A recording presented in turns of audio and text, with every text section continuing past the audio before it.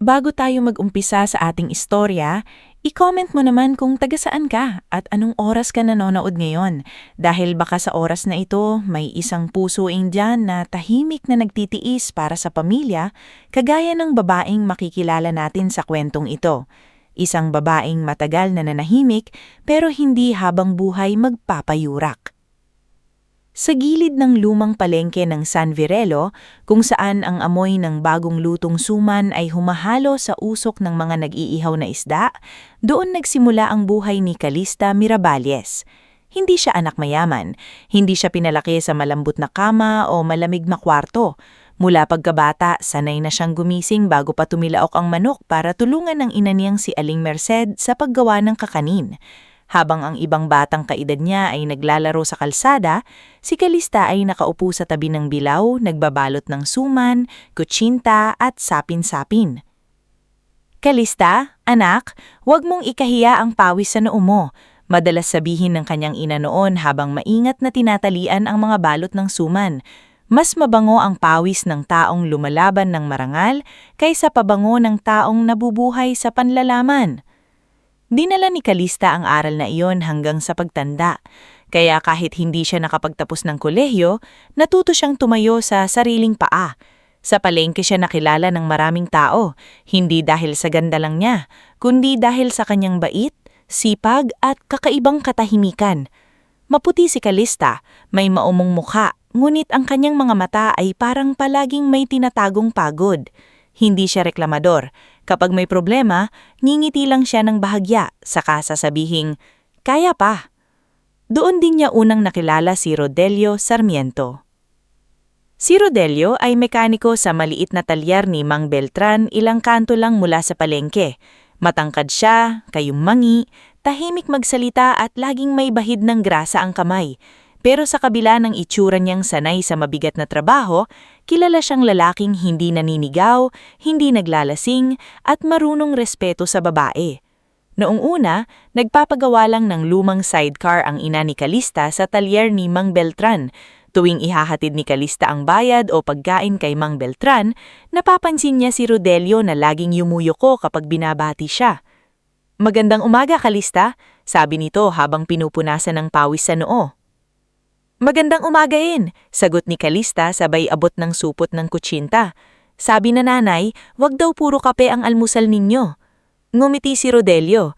"Sabihin mo sa nanay mo maraming salamat, pero sa totoo lang mas inaabangan ho yung nagdadala kaysa sa kutsinta." Napahinto si Calista.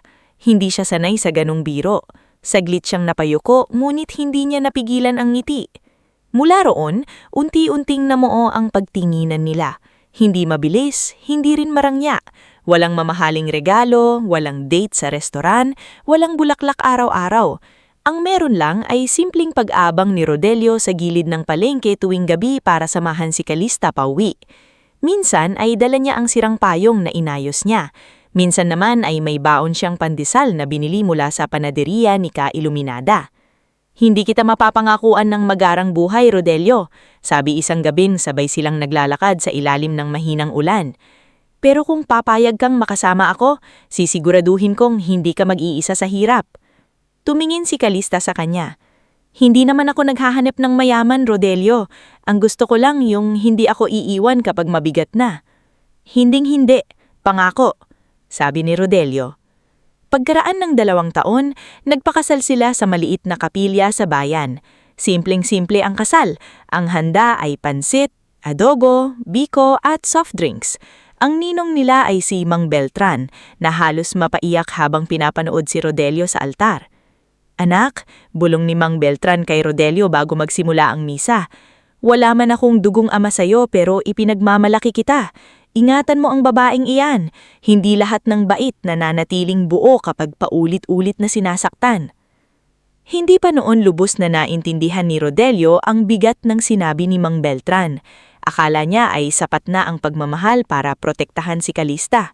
Hindi niya alam, darating ang panahon na ang mismong pamilya niya ang magiging sugat sa kanilang pagsasama. Matapos ang kasal, nagsikap ang mag-asawa. Si Rodelio ay nagtrabaho mula umaga hanggang gabi sa talyer, si Calista naman ay nagpatuloy sa pagbebenta ng kakanin, at kalaunan ay nagluto rin ng ulam para sa mga trabahador sa palengke. Bawat piso, inilalagay nila sa lata ng gatas na nakatago sa ilalim ng aparado. "Para saan to, Mama?" tanong ng maliit nilang anak na Mirel isang hapon habang pinapanood si Calista na naghuhulog ng barya sa lata. "Para sa bahay natin, anak," sagot ni Calista habang hinahaplos ang buhok ng bata. "Para balang araw, may sarili tayong pintuan na bubuksan, sariling kusina na paglulutuan, at sariling bakuran na tatamnan mo ng bulaklak." "Gusto ko po may santan," sabi ni Mirel. Tumawa si Rodelio mula sa pinto. "Sige anak, santan sa harap, gumamela sa gilid, tapos may maliit na duyan para sa'yo." Maliit ang pangarap nila pero para sa kanila sapat na iyon. 8 taon silang nag-ipon. 8 taon silang nagtipid. Hindi sila bumibili ng bagong damit kung hindi kailangan. Hindi sila sumasama sa lakad kung magastos. Kapag may extra, inuuna niyang bayaran ng utang sa lupa at materyales ng bahay. Hanggang sa wakas, nakapagpatayo sila ng isang simpleng bahay na yari sa hollow blocks. May yero ang bubong at maliit na salas na pininturahan ni Rodelio ng kulay cream. Hindi iyon mansyon, pero para kay Calista, palasyo iyon. Nung unang gabi nila sa bahay, halos hindi makatulog si Calista. Nakaupo siya sa sahig ng maliit na sala habang pinagmamasdan ng dingding. "Bakit hindi ka pa natutulog?" tanong ni Rodelio. "Hindi ako makapaniwala," mahinang sagot. "Dati, nangungupahan lang tayo sa kwartong tumutulo ang bubong. Ngayon, atin na to." Lumapit si Rodelio at umupo sa tabi niya. "Ating tatlo." Sumandal si Calista sa balikat ng asawa. Sa sandaling iyon, akala niya tapos na ang pinakamahirap na bahagi ng buhay nila. Akala niya kapag may bahay na sila, mas magiging payapa na ang lahat. Ngunit may mga taong hindi marunong matuwa sa pag-angat ng iba, lalo na kapag ang pag-angat na iyon ay hindi sila ang bida. Dumating sa buhay nila si Doña Zuleika Sarmiento, ang ina ni Rodelio. Hindi naman talaga siyang Doña. Iyon lang ang tawag niya sa sarili niya mula nung may maliit siyang tindahan ng RTW sa bayan. Noong kabataan niya, kilala si Zuleika bilang babaeng laging ayos, laging may pulbo sa mukha at laging gustong mapansin. May panahon na kumikita siya ng maayos pero dahil sa luho, sugal at maling barkada, unti-unting nawala ang lahat ng naipundar niya. Sa halip na tanggapin ang sariling pagkakamali, iniisin niya sa iba ang pagbagsak niya. Sa malas, sa dating asawa, sa mga anak, at kalaunan kay Calista. Unang buwan pa lang ng mag-asawa sa bagong bahay, nagsimulang dumalo ng madalas si Zuleika. Sa una, may dala pa siyang tinapay o prutas, pero kalaunan, siya na ang kumakain, siya pa ang nagrereklamo. "Calista, bakit ganito ang ulam?" Reklamo niya isang tanghali habang tinitignan ng ginisang munggo sa mesa. "Ang anak ko buong araw nagpapakahirap sa talya, tapos munggo lang ang ihahain mo." Napahiya si Calista. "Pasensya na po, Nay Zuleika. Bukas po susubukan kong magluto ng manok." "Susubukan?" taas kilay na sagot ni Zuleika. "Kaya hindi umaasenso si Rodelio dahil ang napangasawa niya, puro susubukan lang." "Nay," mahinang saway ni Rodelio, "masarap ang luto ni Calista at nagtitipid lang kami ngayon." "Tinitipid mo pati sarili mong ina?" matalim na tanong ni Zuleika. "Ganyan ka na ba mula nang mag-asawa ka?" Tumahimik si Rodelio. Iyon ang kahinaan niya, ang kanyang ina. Lumaki siyang makikitang laging galit si Zuleika. Laging may sumbat, laging may luha kapag hindi nasusunod. Bata pa lang siya, natutunan niya na kapag umiyak ang ina, siya ang dapat magpakumbaba. Kaya sa tuwing nansasaktan ni Zuleika si Calista sa salita, madalas niyang pinipili ang katahimikan. Hindi dahil hindi niya mahal ang asawa, kundi dahil takot siyang maging masamang anak.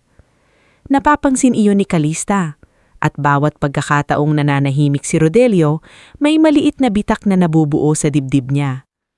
Isang hapon, habang naglalaba si Calista sa likod bahay, dumating si Aling Pining, Ang kapitbahay nilang mahilig mag-alaga ng halaman at magmasdan sa paligid.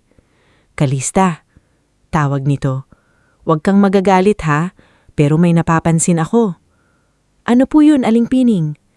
May mga lalaking pumupunta sa inuupahang kwarto ng binanan mo sa may kanto. Hindi ko kilala. Mukhang hindi ka mag-anak. Napahinto si Kalista sa pagkukula.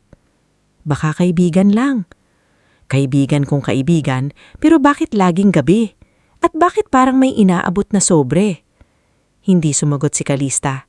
Ayaw niyang mag-isip ng masama. Kahit masakit ang ugali ni Zuleika, biyanan pa iyon ng asawa niya. Ina pa rin ang asawa niya. Ngunit hindi lang si Aling Pining ang may napapansin. Maging si Mang Beltran, minsang kinausap ni Rodelio habang nag-aayos sila ng jeep sa talyer. Rodelio, sabi ng matanda, ang pagiging anak, hindi ibig sabihin nun ay hahayaan mong yurakin ang asawa mo. Napatingin si Rodelio. Alam ko po, Mang Beltran, pero nanay ko pa rin siya. Oo, nanay mo siya. Pero si Kalista ang katuwang mo sa buhay. Siya ang kasama mong bumuo ng bahay, nag-alaga sa anak mo, nagtiis sa gutom kapag kapos kayo. Huwag mong hintaying mapagod ang taong tahimik magmahal. Hindi nakasagot si Rodelio. Tumimos sa kanya ang bawat salita. Ngulit pag-uwi niya, muli siyang sinalubong ng sitwasyong matagal nang itinatakasan. Nasa sala si Zuleika.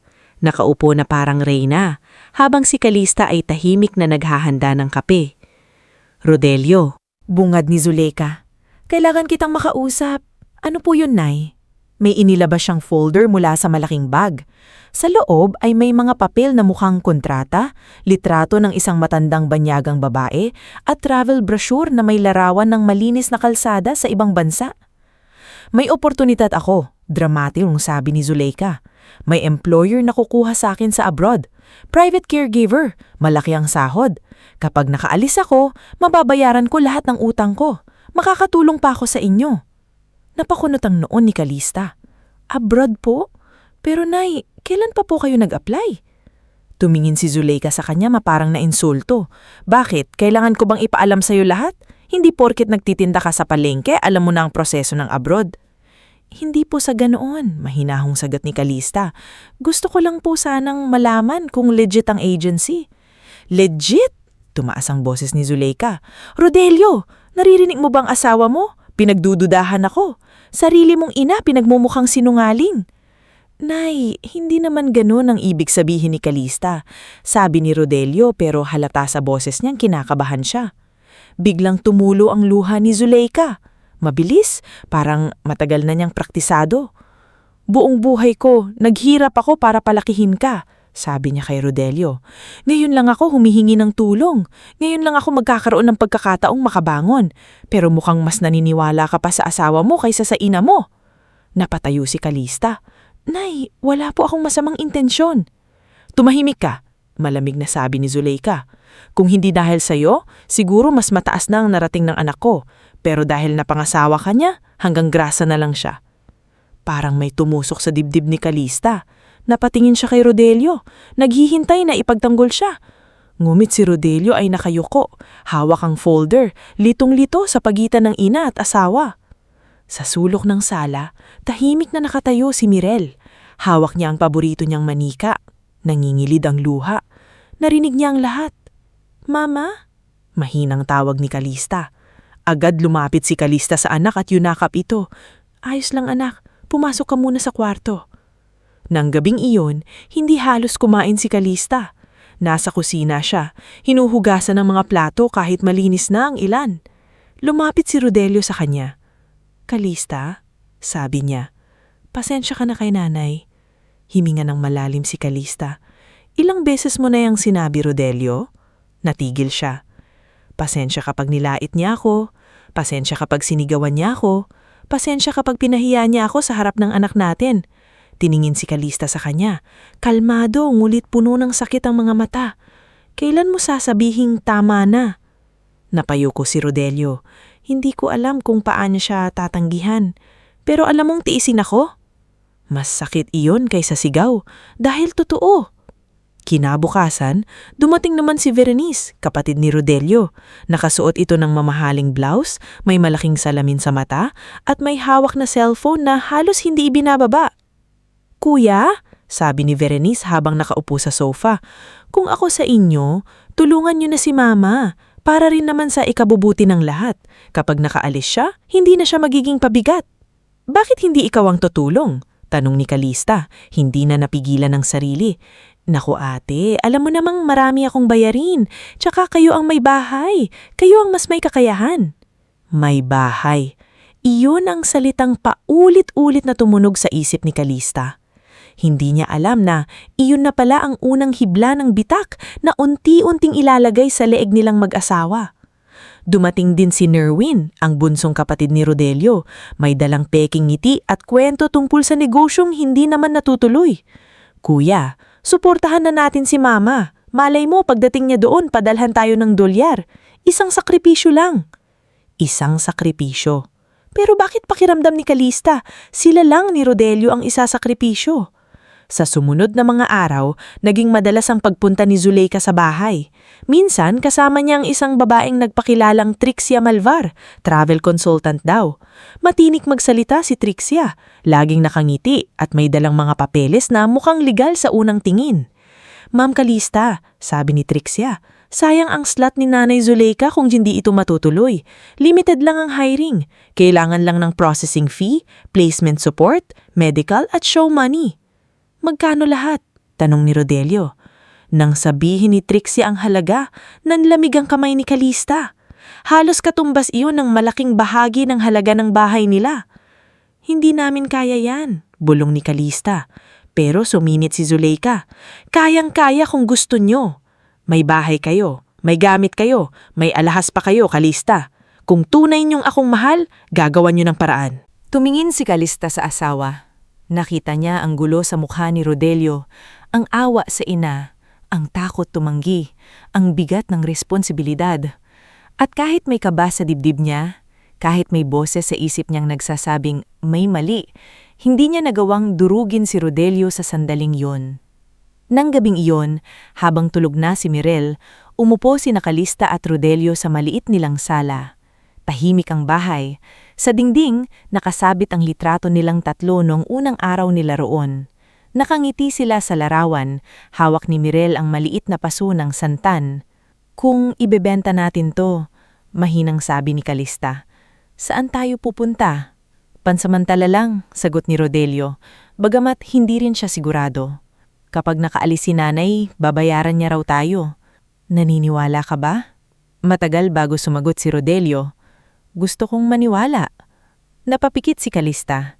Minsan, ang pinakamapanganib na kasinungalingan ay hindi yung pinaniniwalaan mo dahil tanga ka, kundi yung pinipili mong paniwalaan dahil mahal mo ang taong nagsasabi nito. Tumayo siya at lumapit sa bintana. Galing roon, tanaw niya ang maliit na bakurang tinamnan nila ng santan para kay Mirel. May inang bulaklak nang namumukadkad. Sa gilid, naroon ang lumang bangkong ginawa ni Rodelio mula sa tirang kahoy. "Rodelio," sabi niya, halos pabulong, "ang bahay na ito, hindi lang semento, hindi lang bubong. Dito unang natutong magbasa si Mirel. Dito tayo unang nagdiwang ng birthday niya na may cake. Dito tayo bumangon mula sa wala." Lumapit si Rodelio at marahang hinawakan ng kamay niya. "Alam ko, kung mawawala ito," dagdag ni Calista, "siguraduhin mong hindi dahil niloko tayo." Hindi nakasagot si Rodelio. Sa labas, tahimik ang gabi. Ngunit sa puso ni Calista, may bagyong nagsisimula. Hindi pa niya alam ang buong katotohanan. Hindi pa niya alam na ang perang pinaghirapan nila ay may pupultahang madilim. Hindi pa niya alam na ang mga ngiting ipinapakita ni Zuleika, Trixia at Berenice ay may tinatagong patalim. Ang alam lang niya, may pamilya siyang kailangang ingatan. At sa sandaling tumingin siya muli sa maliit na bahay na kanilang pinundar, nangako siya sa sarili, kung sakaling tama ang hinala niya, kung sakaling may panlolokong nagaganap, hindi na siya mananahimik habang buhay. Bago tayo magpatuloy sa ating istorya, i-comment mo naman kung taga saan ka at anong oras ka nanonood ngayon. Dahil sa parting ito, mas lalalim ang sakripisyo ng isang pamilyang handang ibenta ang lahat para sa taong akala nila ay pamilya pa rin ang iniisip, pero sa likod pala ng luha ay may lihim na kasinungalingan. Kinabukasan, matapos ang gabing nangako si Calista sa sarili na hindi siya mananahimik habang buhay kung may panlulokong nagaganap, mas maaga siyang gumising kaysa dati. Hindi pa sumisilip ang araw sa bintana, mulit nakaupo na siya sa maliit nilang kusina, hawak ng tasang kape na halos hindi niya mainom. Tahimik ang bahay. Sa kwarto, mahimbing pang tulog si Mirel, yakap ang manikang kupas na ang bestida. Si Rodelio naman ay nasa sala, nakahiga sa lumang sopa, halatang hindi rin nakatulog ng maayos. Bumangon siya nang marinig ang mahinang kalansing ng kutsara sa tasa. "Calista," tawag niya, paos ang boses. "Hindi ka ba natulog?" "Natulog," sagot niya, pero hindi siya tumingin. Saglit. Naupo si Rodelio sa tapat niya. Ilang sandaling hindi sila nagsalita. Parang pareho nilang alam kung ano ang kailangan nilang pag-usapan, pero pareho rin silang natatakot simulan. "Tinawagan ako kagabi ni nanay," mahinang sabi ni Rodelio. Napapikit si Calista. "Ano raw?" "May deadline daw ang processing. Kapag hindi raw tayo nakapagbigay within 2 weeks, mawawala raw ang slot niya." Hindi agad sumagot si Calista. Tinitigan niya ang maliit na bitak sa gilid ng tasa, parang doon niya ibinubuhos ang bigat ng loob niya. "Rodelio," sabi niya sa pinakakalmadong boses na kaya niya, 2 linggo lang, ganun kabilis, hindi man lang natin ma-verify ng maayos. Sinabi ni Trixia, normal daw yon kapag rush hiring. Sinabi ni Trixia, hindi ng totoong agency, hindi ng embassy, hindi ng employer, si Trixia lang. Napailing si Rodelio. "Alam kong nagdududa ka, ako rin naman may kaba, pero paano kung totoo? Paano kung ito na talaga ang pagkakataon ni nanay? Paano kung dahil sa pagdududa natin, mawalan siya ng pag-asa?" Tumindig ang kirot sa dibdib ni Calista. Hindi niya gustong kontrahin ang asawa. Mahal niya si Rodelio. Alam niyang mabuti itong anak, mabuting asawa, mabuting anak. Pero ang kabutihang yon ang ginagamit ni Zuleika para mapasunod siya. "Paano naman tayo?" tanong ni Calista, halos pabulong. Hindi nakasagot si Rodelio. Sa unang pagkakataon, nakita ni Calista sa mukha ng asawa ang taong nahahati sa dalawa. Isang lalaking gustong iligtas ang ina at isang amang alam niyang may isasakripisyong anak. Ilang araw na naging mabigat ang hangin sa bahay nila. Hindi na tulad dati na may tawanan sa umaga habang naghahanda si Calista ng baon ni Mirel. Ngayon, bawat sulok ng bahay ay tila may nakatagong paalam. Kapag nililinis ni Calista ang bintana, naiisip niyang baka ibang tao na ang dumungaw roon. Kapag nagwawalis siya sa sala, naaalala niya ang unang Pasko nila sa bahay na iyon noong nagdikit sila ng makukulay na papel sa dingding dahil wala silang pambili ng totoong dekorasyon. "Ma," tanong ni Mirel isang umaga habang inaayos ang bag niya, "bakit po parang malungkot kayo ni Papa?" Napahinto si Calista. Pinilit niyang ngumiti. "Marami lang iniisip, anak." "Dahil po ba kay Lola Zuleika?" Namlamig ang kamay ni Calista. "Bakit mo nasabi?" "Naririnig ko po kasi siya kapag nagsasalita siya ng malakas," sabi ng bata. "Sabi, kung mahal daw siya ni Papa, tutulungan siya. Hindi po ba natin siya mahal?" Lumuhod si Calista sa harap ng anak. Hinawakan niya ang magkabilang balikat nito. "Mahal natin ang pamilya, Mirel. Pero tandaan mo, anak, ang pagmamahal, hindi dapat laging may kapalit na luha." Hindi iyon lubos na naintindihan ng bata, pero niyakap niya ang ina.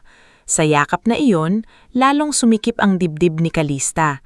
Dahil alam niyang anumang desisyon ang gawin nila, si Mirel ang pinakawalang kalaban-labang masasaktan. Sa sumunod na linggo, dumating sa bahay nila si Lazaro Quintel, ang ahente ng lupa na inirekomenda raw ni Berenice. Lalaking nasa edad 50, may bitbit na itim na folder at ballpen na pilit pinapaikot sa daliri. Maayos magsalita si Lazaro, ngunit halatang sanay makipagpresyuhan sa taong desperado. Maganda ang lokasyon ng bahay nyo, sabi ni Lazaro habang nililibot ang tingin sa sala. Pero dahil rush selling, hindi natin makukuha ang full value. Gaano kababa? Tanong ni Rodelio. Binanggit ni Lazaro ang halaga na halos nagpatigil sa hininga ni Calista. Hindi pwede, mariing sabi niya. Mas mataas ang nagastos namin dito. Lupa pa lang halos ganyan na. Ma'am Calista, malumanat ngulit malamig na sagot ni Lazaro. Naiintindihan ko po, pero kung kailangan ninyo agad ng cash, mahirap maghanap ng buyer na bibili sa presyong gusto ninyo. Napatingin si Calista kay Rodelio. Umaasa siyang this time tatanggi ang asawa, pero tahimik ito, nakayuko. Hawak ang papel na may computation. Doon unang naramdaman ni Calista na parang hindi lang bahay ang ibinebenta nila, parang patitinig niya ay unti-unting nawawalan ng halaga. Sa kahapunan, dumating si Zuleika kasama si Trixia Malvar. Nakasuot ng pulang blouse si Zuleika at may pahid ng lipstick. Parang hindi siyang isang babaeng nalulungkot na aalis, kundi isang taong nasasabik sa darating na pera. "Oh, ano na?" tanong agad ni Zuleika. "May buyer na raw," sabi ni Lazaro. "Nay," sabi ni Calista, pigil lang inis. "Sobrang baba ng presyo, hindi makatarungan." "Makatarungan?" Tumaas ang kilay ni Zuleika. "Mas makatarungan bang pabayaan niyo akong mabulok dito habang may pagkakataon akong makapagtrabaho sa abroad?" "Hindi po namin kayo pinababayaan," sabi ni Calista. "Ang gusto lang po namin, sigurado." Sumingit si Trixia, nakangiti pa rin. "Ma'am Calista, normal po ang kaba, pero legit po ito. Actually, may employer na naghihintay kay Ma'am Zuleika. Sayang naman po kung dahil lang sa overthinking, mawawala ang chance. Pwede ka bang makita ang full details ng employer? Address, contact person, registration ng agency?" Saglit na natigilan si Trixia, pero mabilis ding nakabawi. "Nasa main office po ang ibang files. Confidential din po kasi ang ibang information hanggat hindi kompleto ang payment." "Bakit confidential kung kami ang magbabayad?" Nagbago ang mukha ni Zuleika. "Aba, sobra ka na, Calista. Para kang pulis kung magtanong." "Dahil bahay namin ang mawamala," sagot ni Calista. Sa unang pagkakataon, hindi siya yumuko. "Bahay ng anak ko." Tumalim ang titig ni Zuleika. "Bahay na naitayo dahil sa anak ko. Kung hindi dahil kay Rodelio, wala kang ganyang bubong na ipinagmamalaki." Parang may bumara sa lalamunan ni Calista.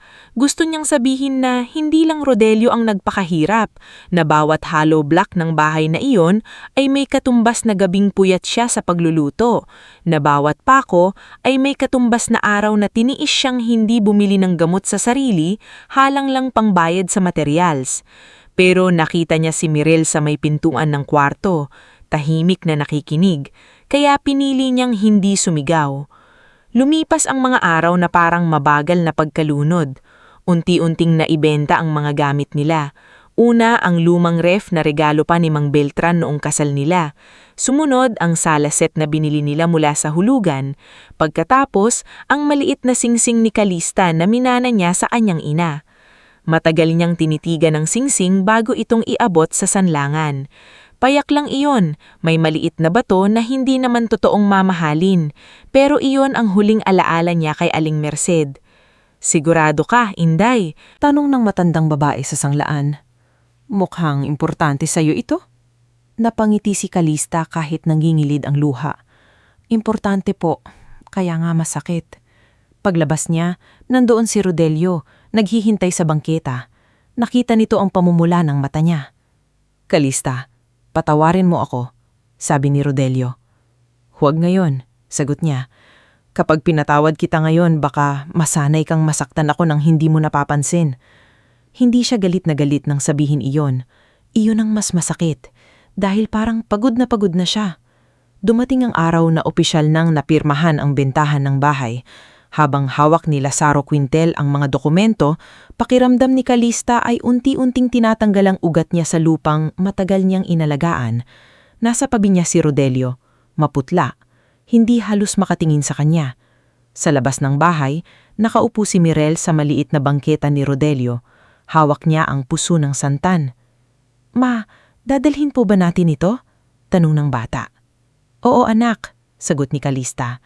Dadalhin natin. Pati po yung duyan. Napatingin si Kalista sa lumang duyan na nakasabit sa gilid. Hindi niya alam kung paano sasabihin na wala na silang mapaglalagyan noon. Hindi muna anak, mahinang sabi ni Rodelio. Pero gagawan kita ulit balang araw. Hindi sumagot si Mirel. Yumakap lang siya sa puso ng santan na parang iyon na lang ang natitirang piraso ng bahay nila. Lumipat sila sa maliit na inuupahang kwarto malapit sa palengke. Isang kwarto lang iyon, may makitid na kusina sa gilid at banyong pinaghahatian ng 3 pamilya sa compound. Kapag umuulan, umaalingasaw ang amoy ng kanal. Kapag tanghali, sobrang init ng yero na parang pugo ng loob. Sa unang gabi nila roon, hindi makatulog si Mirel. Ma, bulong niya, babalik pa po ba tayo sa bahay natin? Nakahiga si Kalista sa banig sa tabi niya. Tumingin siya sa kisaming may bakas ng tagas. Hindi ko alam anak, sagot niya ng tapat.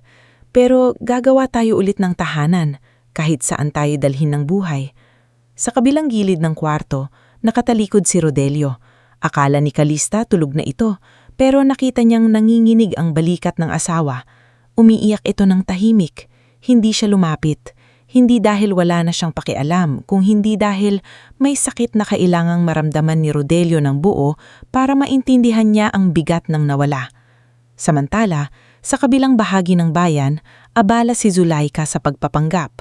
Nagpapadala siya ng mensahe kay Rodelio tungkol sa medical schedule, orientation at final processing, ngunit hindi niya kailanman ibinigay ang malinaw na address ng opisina. Kapag hinihingi ni Kalista ang resibo, ang ibinibigay ni Trixia ay papel na may logo pero walang PAX identification number, walang permanent address at minsan pa nga ay mali ang pangalan ni Zulaika. Rodelio, sabi ni Kalista isang gabi, habang nakalatag sa sahig ang mga papel. Tignan mo ito. Dito Zulaika Sarmiento. Dito naman Zulaika Sarmiento. Sa isa caregiver, sa isa domestic aid. Bakit iba-iba? Baka typo lang, sagot ni Rodelio pero hindi na matibay ang boses niya. Pati pangalan ng employer typo? Pati address? Napahawak sa ulo si Rodelio. Kalista, please, kunting tiis na lang. Kapag nakaalis siya, matatapos din ito. Ngunit hindi natatapos, lalo lang lumalala. Dahil sa paglipat nila ng tirahan, kinailangan ding lumipat ni Mirel ng paaralan. Sa unang araw niya sa bagong eskwelahan, mahigpit niyang hinawakan ng kamay ni Kalista. Ma, wala po akong akilala. Magkakaroon ka rin anak. Bakit po kailangan nating umalis? Hindi agad makasagot si Kalista. Yumuko siya at inayos ang ribon ng anak.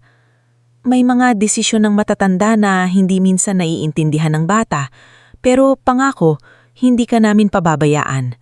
Pero habang sinasabi niya iyon, pakiramdam niya siya mismo ay pinabayaan ng mga taong dapat kakampi niya. Para makabawi sa gastos, nagdoble kayod si Kalista. Umaga, nagtitinda siya ng kakanin sa palengke. Hapon hanggang gabi, tumutulong siya sa maliit na lutuan ni Ka Iluminada, isang biyudang may karinderya na matagal nang nakakakilala sa kanya.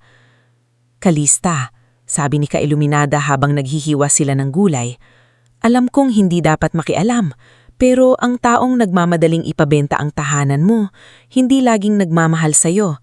Minsan nagmamadali lang siyang makuha ang kailangan niya bago mo makita ang totoo. Napahanto si Kalista. Nararamdaman ko rin po iyon. Kung ganon, magtago ka ng kopya ng lahat. Resibo, mensahe, pangalan, petsa. Huwag kang aasa sa salita lang. Mula noon, nagsimula si Kalistang mag-ipon ng dokumento. Bumili siya ng maliit na notebook. Isinulat niya roon ang bawat halagang inilabas, bawat petsa na may tumatawag, bawat pangalang binanggit ni Trixia. Hindi niya pa alam kung saan iyon hahantong, pero may bahagi ng puso niyang nagsasabing kailangan niyang gawin ito. Si Rodelia naman ay lalong nawala ng sigla sa talyer. Dahil naibenta at naisangla niya ang ilan sa sarili niyang tools, hindi na niya tanggapin ang malalaking trabaho. May ilang customer na lumipat sa ibang mekaniko. Napansin iyon ni Mang Beltran. Gamitin mo muna itong lumang set ko, sabi ng matanda isang hapon. Inaabot ang kahong puno ng tools. Hindi ko po kayang bayaran agad. Hindi ko sinabing bayaran mo agad. Ang sabi ko, gamitin mo. Pero Rodelio, tumigil sandali ang matanda, saka bumuntong hininga. Hindi lang tools ang kailangan mong ayusin, pati paninindigan mo. Napayuko si Rodelio. Alam ko po. Alam mo? Pero ginagawa mo ba? Walang naisagot si Rodelio. Habang naghihirap ang mag-asawa, nagsimulang maging kahina-hinala ang kilos ng mga taong nasa paligid ni Zuleka. Isang gabi, nakita ni Aling Pining si Zuleka sa may kanto, sumasakay sa tricycle kasamang isang lalaking may makapal na bigote, si Osmundo o Osmo Kaleha. Hindi iyon ordinaryong lakad. Nakaayos si Zuleka, may hikaw na kumikislap at tumatawa na parang walang problemang iniwan sa anak. Kinabukasan, ibinalita iyon ni Aling Pining kay Kalista. Anak, nakita ko ang biyenan mo kagabi. Hindi siya mukhang babaeng naghahanda mag-abroad. Mukha siyang pupunta sa sayawan. Baka may kinausap lang. Kalista, mabait ka, pero huwag kang magpapatanga dahil lang mabait ka. Tumihim si Kalista. Masakit marinig, pero kailangan. Ilang araw pa ang lumipas. Dumating si Nerwin sa inuupahan nilang kwarto. Pawisan at halatang kinakabahan. Kuya, sabi ni nanay, may kaunting extra dyan ba? Sabi ni nanay may matatanggap daw kayong ulit. Wala na, Nerwin. Halos ubos na. Napansin ni Kalista ang maliit na supot na pilit tinatago ni Nerwin sa bulsa. Hindi niya alam kung ano iyon, pero nakita niyang pag-iwas ng tingin nito nang mapansin niyang nakatitig siya. Nerwin, tanong ni Kalista, sino ang kasama ni nanay ngayon? Ha? Wala. Busy siya sa processing. Saan ang processing? Basta, sa may bayan. Anong pangalan ng opisina? Nataranta si Nerwin. Ate, wag mo na akong tanungin. Hindi ko alam. Binilis itong umalis. Naiwan si Kalista na mas lalong natiyak na may mali. Dumating ang araw ng sinasabing final processing. Pumunta sina Kalista at Rodelio sa maliit na coffee shop kung saan sila pinapunta ni Triksha. Nandoon si Zuleka, si Triksha at si Berenice. Nakangiti si Berenice pero halatang nagmamadaling matapos ang usapan. Kuya, ibigay niyo na para matapos na. Nakaka-stress na. Inilabas ni Rodelio ang envelope. Nasa loob ang perang nakuha sa bentahan ng bahay, sangla ng gamit at natitirang ipon nila. Nang makita iyon ni Kalista, parang gusto niyang agawin at tumakbo palayo. Pero nandoon si Rodelio, nanginginig, naniniwalang ginagawa niya ito para sa ina. Nandoon si Zuleka, umiiyak na naman, yakap-yakap ang anak. Anak, hindi ko makakalimutan ito. Pagdating ko doon, unang sahod ko pa lang, babayaran ko kayo. Makakabili kayo ulit ng bahay, mas malaki pa. Siguraduhin mo, Nay. Mahina ngunit madiing sabi ni Kalista. Tumingin si Zuleka sa kanya, mahingiting hindi umabot sa nangamata. Huwag kang mag-alala, hindi ako katulad ng iniisip mo. Tinanggap ni Triksha ang envelope at naglabas ng resibo. Kinuha iyon ni Kalista at maingat na ipinasok sa bag. Hindi niya alam kung bakit, pero sa sandaling iyon, mas importante sa kanya ang papel kaysa sa pangako. Kinabukasan, sinabi ni Triksha na nakaalis na raw si Zuleka. Maaga raw ang flight. Hindi na raw nakapagpaalam dahil nagkaproblema sa signal at mahigpit daw sa airport. May picture ba sa airport? Tanong ni Kalista sa tawag. Naku ma'am, bawal po sa area na pinasukan nila. Flight number? Isisend ko po mamaya. Hindi niya sinend. Lumipas ang isang araw, 2, 3. Walang tawag mula si Zuleka, walang litrato, walang mensahe mula sa ibang bansa. Kapag tinatawag, patay ang cellphone. Kapag tinatanong si Triksha, laging may dahilan. Jet lag daw, quarantine daw, employer rules daw. Isang gabi, habang tulog na si Mirel, nakaupo si Kalista sa sahig ng inuupahan nilang kwarto. Nakalatag sa harap niya ang mga resibo, kontrata at sulat kamay niyang listahan ng petsa. Sa labas, umuulan ng mahina. Tumutulo ang tubig mula sa kisame papunta sa palanggana. Dumating si Rodelio mula sa talyer, basang-basa at pagod. Nakita niya ang mga papel. Kalista. Hindi siya tumingin. Tinignan ulit lahat. Walang mausay na address, walang malinaw na pangalan ng employer. Yung numero ni Tricia, hindi na matawagan. Yung agency, hindi lumalabas sa kahit anong listahan. Lumuhod si Rodelio sa harap niya.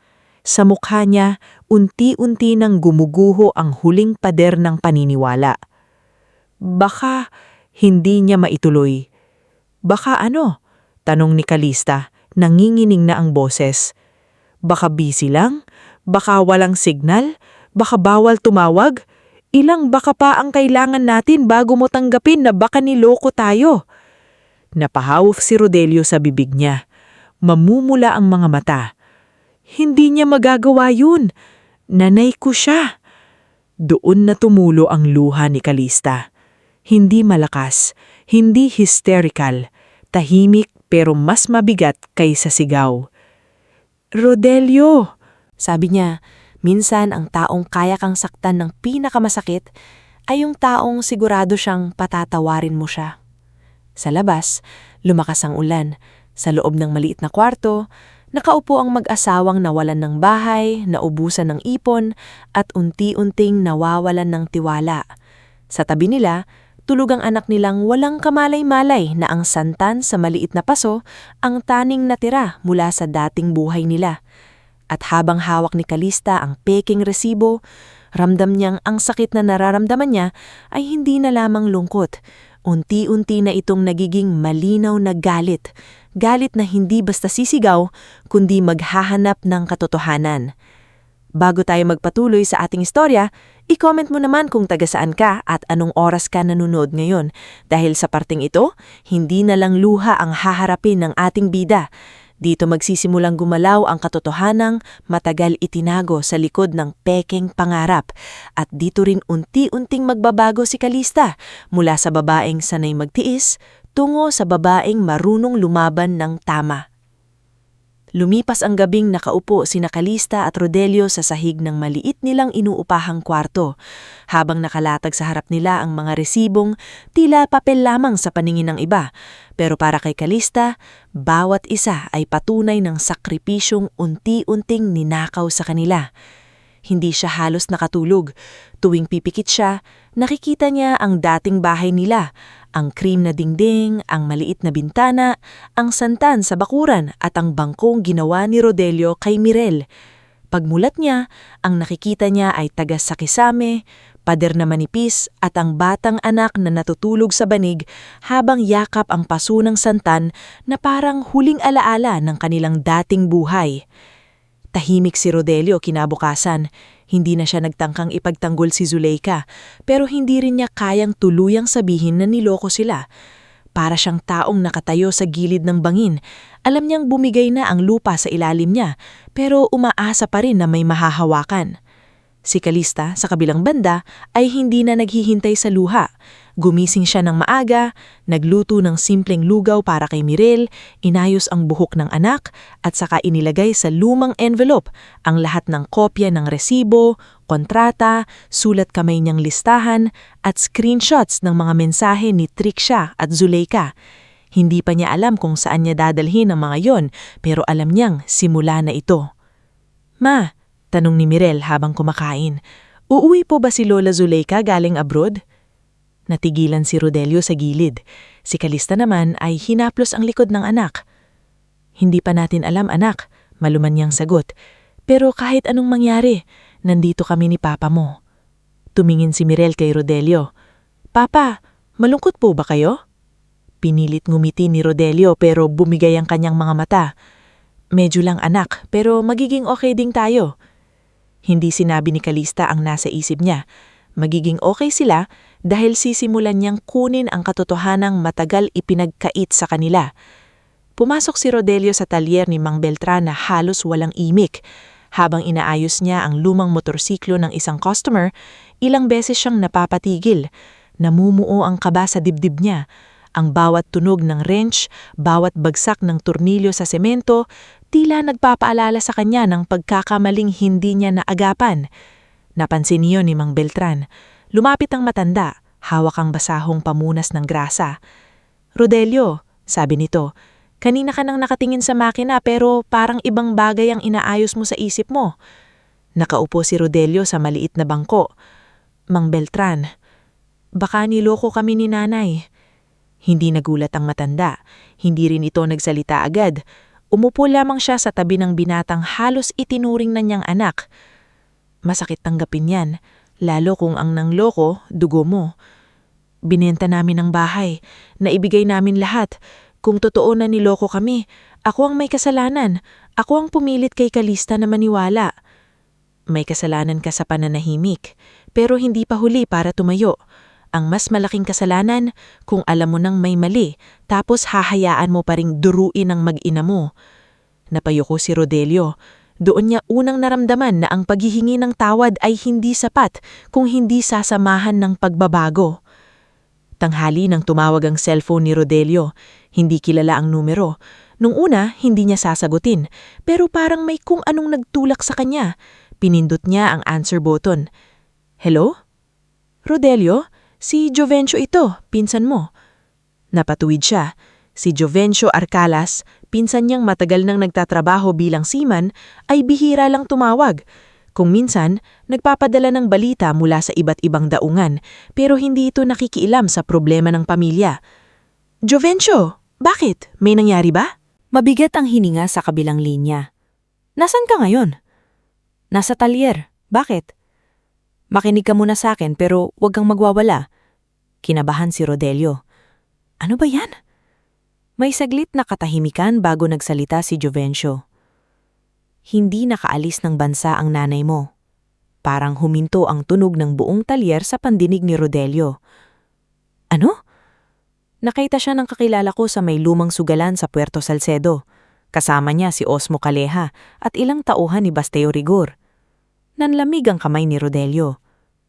"Hindi, imposible. Sabi nila nakaalis na siya." "Rodelio," madaing sabi ni Jovencio, "pinangsusugal at droga lang ng biyena niyo ang pera. Hindi siya nag-abroad. Niloko kayo." Hindi agad nakapagsalita si Rodelio.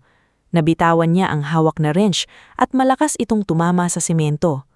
Napatingin ang ilang tao sa talyer. "Rodelio," tawag ni Jovencio. "Nariyan ka pa ba?" Pero hindi na nakasagot ng maayos si Rodelio. Para siyang nawalan ng hangin. Napahawak siya sa mesa, gulit bumigay ang tuhod niya. Lumapit si Mang Beltran at inalayaan siya. "Anong nangyari?" tanong ng matanda. Hindi pa rin nakapagsalita si Rodelio. Ang tanging lumabas sa bibig niya ay pangalan ng asawa. Calista. Wala pang 30 minuto, nakauwi si Rodelio sa inuupahang kwarto. Si Calista naman ay nasa loob, nag-aayos ng panindang kakanin para sa hapon. Pagkakita niya sa mukha ni Rodelio, alam niyang may nangyari. Hindi na niya kailangan magtanong, pero nagtanong pa rin siya. "Ano?" Hindi agad nakalapit si Rodelio. Tumayo siya sa pintuan, basang-basa ng pawis, namumuputla at parang batang nawawala. "Tumawag si Jovencio," sabi niya. "Nakita raw si nanay." Natigil ang kamay ni Calista sa pagbabalot ng kutsinta. "Saan?" "Sa sugalan. Kasama si Osmo. Kasama ang mga tao ni Basteo Rigor." Walang sigaw, walang hysterical na iyak. Tanging katahimikan ang bumalot sa maliit na kwarto. Maging si Mirel, na gumuguhit sa sahig, ay napatingin sa kanilang dalawa. "Ma?" mahinang tawag nito. Lumapit si Calista sa anak at hinawakan ang pisngi nito. "Mirel, anak, punta ka muna kay Aling Pining. Sabihin mo, pinapapunta ka ni Mama. Dalhin mo ang notebook mo." "Bakit po?" "May pag-uusapan lang kami ni Papa mo." Nang makaalis si Mirel, saka lamang lumuhod si Rodelio sa harap ni Calista. Hindi na niya pinigilan ang iyak. "Patawarin mo ako. Calista, patawarin mo ako. Hindi ako nakinig sa'yo. Ipinagpalit ko ang kapanatagan mo sa kasinungalingan ni nanay." Tumingin si Calista sa kanya. Nangingilid ang luha niya, ngulit hindi siya bumigay. Hindi sapat ang patawad, Rodelio. Kailangan natin ng ebidensya. Kailangan natin ng paraan. Hindi pwedeng umiyak lang tayo habang sila nagpapakasaya sa perang pinaghirapan natin. Tumanggo si Rodelio, halos hindi makatingin sa asawa. Gagawin ko kahit ano. Susugod ako roon. Hindi, matigas na sabi ni Calista. Yan ang gusto nilang mangyari. Kapag nanugod ka, ikaw ang makukulong. Sila pa ang lalabas na biktima. E anong gagawin natin? Kinuha ni Calista ang envelope ng mga dokumento. Inilapag niya ito sa mesa. Lalaban tayo, pero hindi sa paraan nila. Lalaban tayo sa paraan na hindi nila matatakasan. Noong hapon din iyon, sinamahan ni Rodelio si Calista sa barangay. Ngulit hindi naging madali ang unang hakbang nila. Kinausap sila ni Kagawad Benedicto, isang lalaking maraming beses nang narinig na reklamo tungkol sa utang, pamilya at pera. May resibo kayo, oo, sabi nito habang tinitignan ang papeles. Pero kailangan nating patunayan na intensyon talaga nilang manloko. Kung sasabihin nilang utang lang o tulong, mahihirapan tayo. Pero peking agency ito. Walang address, walang registration. Kailangan nyo ng mas matibay na ebidensya. Testigo, recordings, mensahe na aamin sila. O kaya, mahuli sila sa akto. Napakumyom ang kamay ni Rodelio. Gaano pa katibay ang kailangan? Wala na kaming bahay. Naaawa ang Kagawad, pero hindi rin ito kayang lumabag sa proseso. Naiintindihan ko, pero kung gusto niyong umusad ito, kailangan niyong lumapit sa abogado o pulis na marunong sa entrapment. Sa labas ng barangay hall, halos maiyak si Rodelio sa frustration. Parang tayo pa ang kailangang patunayan na nasaktan tayo. Ganun talaga, kaya hindi tayo titigil. Dinala ni Calista ang mga dokumento kay Kailuminada ang kinabukasan. Nasa likod sila ng karinderya habang kumukulo ang malaking kaldero ng nilaga. Tahimik na binasa ng byuda ang ilang resibo, saka bumuntong hinina. May kilala akong abogado, si Attorney Sabina Iliarde. Tinutulungan niya yung mga babaeng naloko sa pautang, pekeng trabaho at pangangaabuso sa pamilya. Hindi siya mayaman maningil kapag alam niyang hirap ang lumalapit. Kaya po ba kaming tulungan niya? Kaya niya kayong turuan kung paano lumaban na hindi kayo mapapahamak. Kinagabihan, pumunta sina Calista at Rodelio sa maliit na opisina ni Attorney Sabina Yelarde. Hindi malaki ang lugar. May lumang mesa, 2 filing cabinet at electric fan na maingay umiikot. Pero ang abogada mismo ay kalmado, diretsyo magsalita at may mga matang sanay makakita ng taong durog pero hindi pa sumusuko. Isa-isang ikinuwento ni Calista ang nangyari, mula sa pangungulit ni Zuleika, sa pagdating ni Trixia, sa pagbenta ng bahay, hanggang sa tawag ni Jovencio. Habang nagsasalita siya, tahimik lang si Rodelio, paminsan-minsang napapapikit sa hiya. Matapos makinig, maingat na inayos ni Attorney Sabina ang mga papeles. May laban kayo, sabi nito, pero hindi ito pwedeng padalos-dalos. Kung sasabihin nilang kusang ibinigay ang pera, kailangan nating patunayan na ginamit nila ang peking employment opportunity para makuha ito. Ano po ang kailangan naming gawin? Tanong ni Calista. Una, huwag ninyo silang haharapin ng walang kasama o walang recording. Pangalawa, huwag kayong magbabanta. Pangatlo, kung makikipag-ugnayan sila ulit at hihingi pa ng pera, doon natin sila pwedeng mahuli. Parang sinagot iyon ng tadhana dahil kinabukasan mismo nakatanggap ng mensahe si Rodelio mula sa numero ni Zuleika. Anak, may problema ako sa immigration. Kailangan ko pa ng dagdag na pera para maayos ito.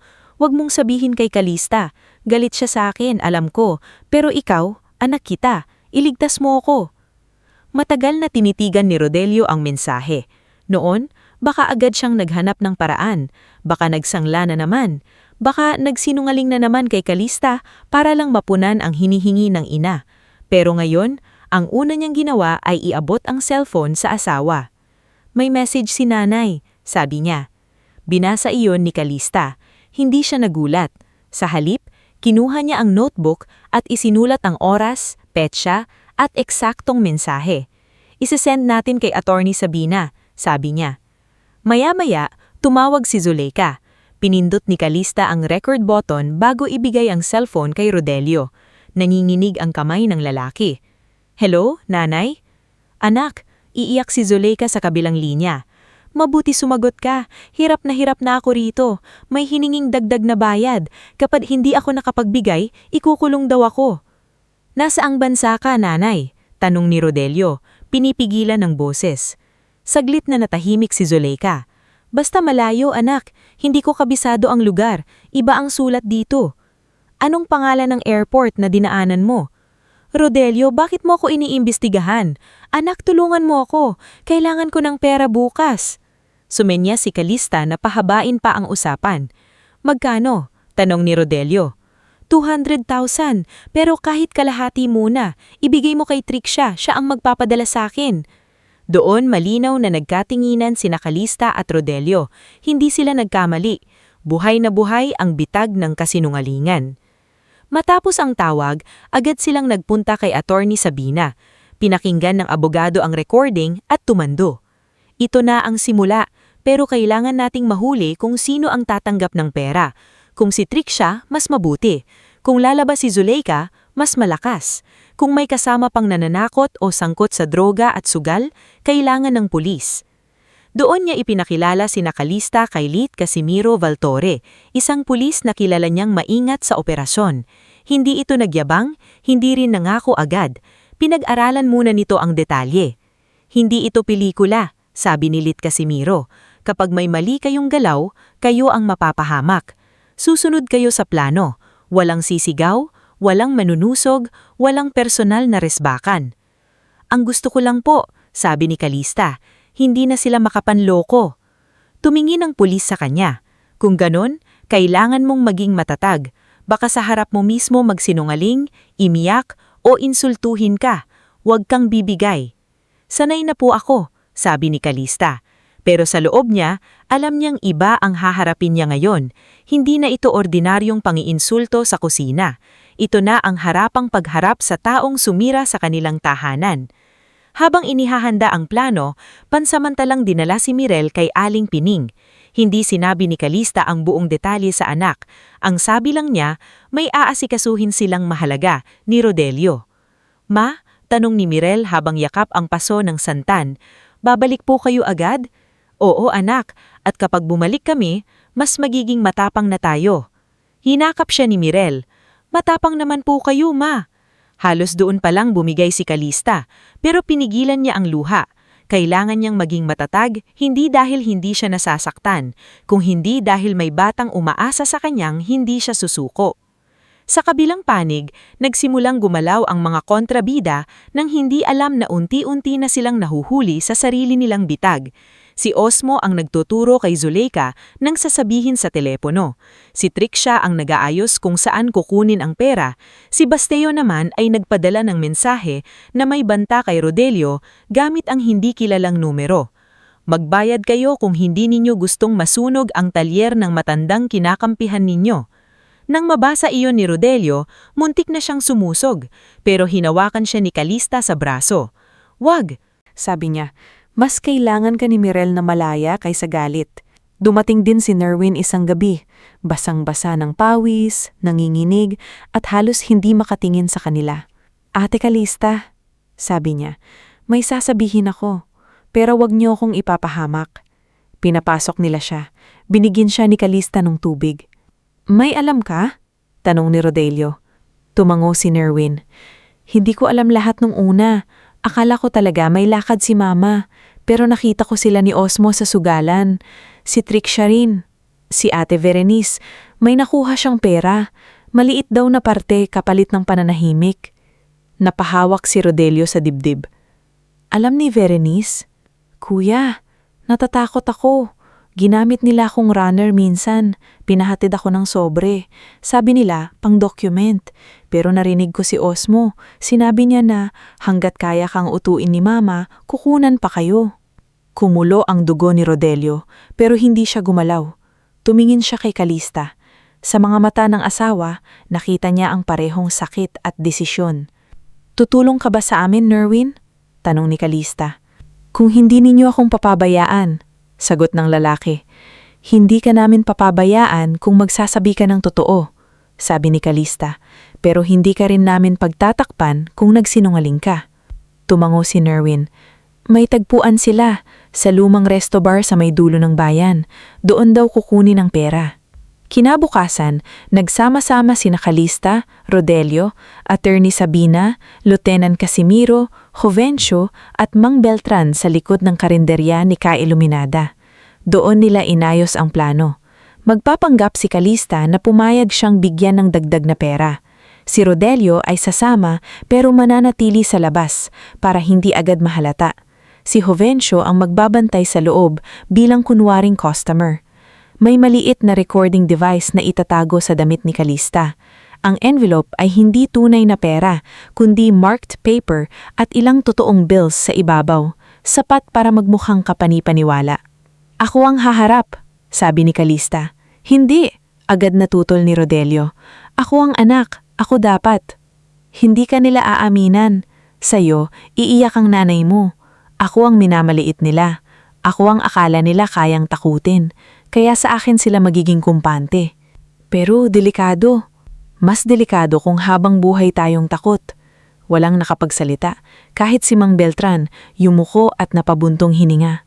Lumapit si Rodelio kay Calista nang sila na lang sandali sa labas ng karinderya. Gabi na noon, mahina ang ilaw ng poste at sa di kalayuan ay naririnig ang mga kuliglig. Calista, sabi niya, alam kong wala akong karapatang pigilan ka, pero natatakot ako. Tumingin siya sa asawa. Ako rin. Kung may mangyari sa'yo, walang mangyayari kung susunod tayo sa plano. Paano mo nagagawang maging ganito katatag? Saglit na tumahimik si Calista. Pagkatapos, tumingin siya sa direksyon ng bahay ni Aling Pining kung saan naroon si Mirel. Hindi ako matatag araw-araw. May mga gabing gusto ko nalang iyak, may mga sandaling gusto kong sisihin ka, sisihin ang sarili, sisihin lahat. Pero kapag naiisip ko si Mirel, naiisip ko yung bahay natin, naiisip ko lahat ng taong pwedeng maloko pa nila, doon ko naiintindihan na hindi sapat ang masaktan, kailangan may gawin. Nang gabing iyon, bago umuwi, kinuha ni Calista ang lumang paso ng santan mula kay Mirel at inilagay sa tabi ng bintana ng inuupahang kwarto. Diniligan niya ito kahit pagod na siya. Bakit mo pa inaalagaan yan? Parang ang lungkot-lungkot na tingnan. Tanong ni Rodelio ng mahina. Dahil buhay pa, sagot ni Calista. Kahit inilipat, kahit nasakta ng ugat, basta inalagaan, tutubo pa rin. Kinabukasan ang araw ng patibong. Bago umalis, humarap si Calista sa salamin.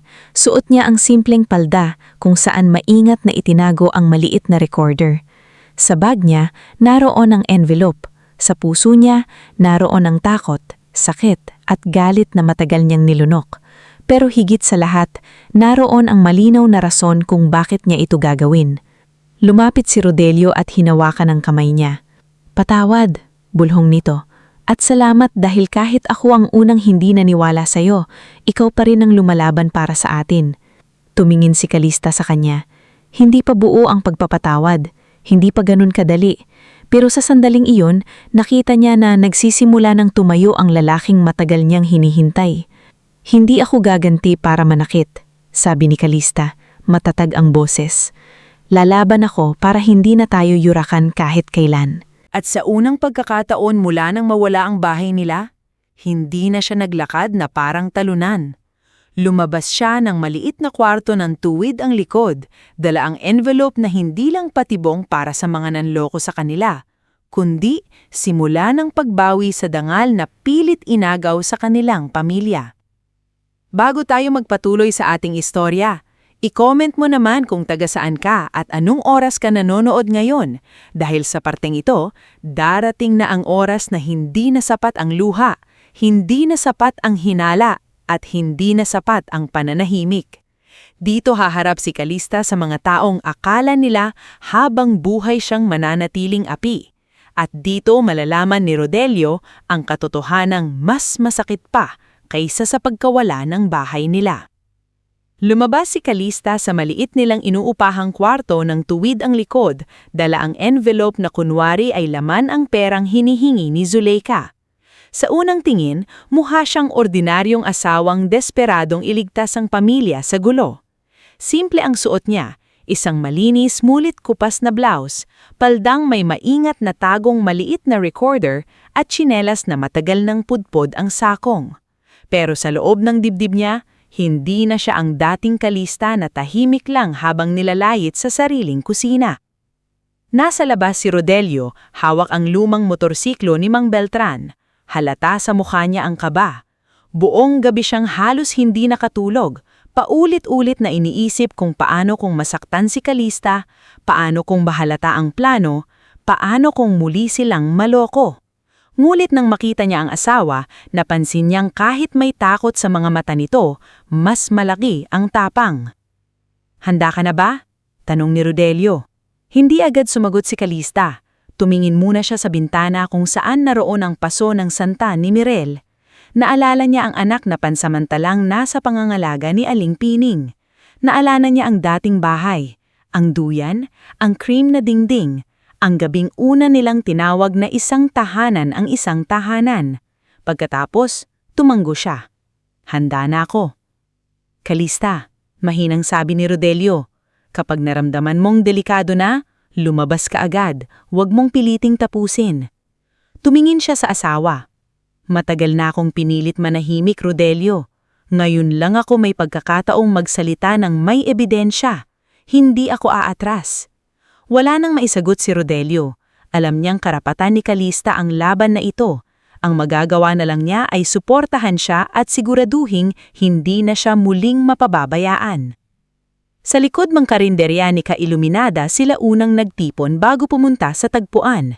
Naroon si Attorney Sabina Yilarde.